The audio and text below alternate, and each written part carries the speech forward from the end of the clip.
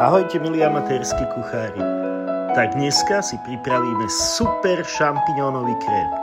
Ja som použil mix šampiňónov, ktoré som si dôkladne umyl, očistil a nakrájal na kocky.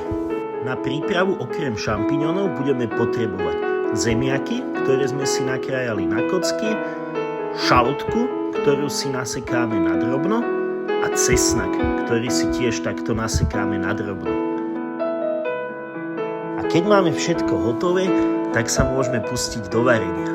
Najprv si na prepustenom masle na gíčku osmažíme do zlatova cibulu s cesnakom. Do toho základu pridáme šampióny, ktoré tiež orestujeme. Vyzerajú úžasne. Keď sú orestované, pridáme ku ním tie zemiaky. Všetko to chvíľočku ešte osmahneme, pridáme soľ, muškatový oriešok, tymián, drvenú rastcu, čierne korenie a zalejeme to zeleninovým vývarom. Vývaru zalejeme asi toľkoto, práve preto, aby bol krém silný, plný chuti. Keď už sú zemiaky skoro úplne hotové, prilejeme smotanu na varenie a budeme variť ešte cca 5 minút. Medzi tým si urobíme ozdobu do polievky. Odkrojíme si takto hlavičky z tých šampiónov, ktoré sme si na začiatku odložili.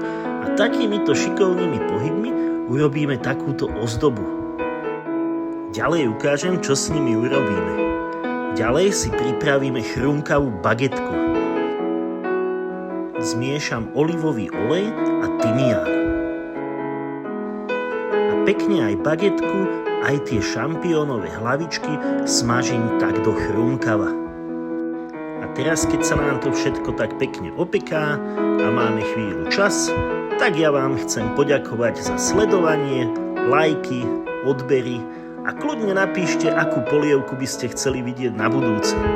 Preto tí, ktorí ešte nemajú odber, teraz je ten pravý čas, aby vám neušla ďalšia polievka na budúci týždeň. A my máme hotovo. Neuveriteľné, ale za 3 minúty sme navarili brutálnu krémovú polievku zo šampiňónov. Tak poďme na to, všetko dáme do nádoby, rozmixujeme, zjemníme maslom, rozmixujeme ešte raz a poďme servírovať. Tá konzistencia je skoro ako pena. Keď tam zaboríte lyžicu a to okoštujete, tak ako by ste jedli obláčik. Šampiňónový krém ozdobím bylinkami, tou bylinkovou bagetkou, tými opečenými kúskami šampiňónov a prajem vám dobrú chuť. Kľudne napíšte do komentára, či by ste si dali. No, ja by som si ju dal kľudne znova.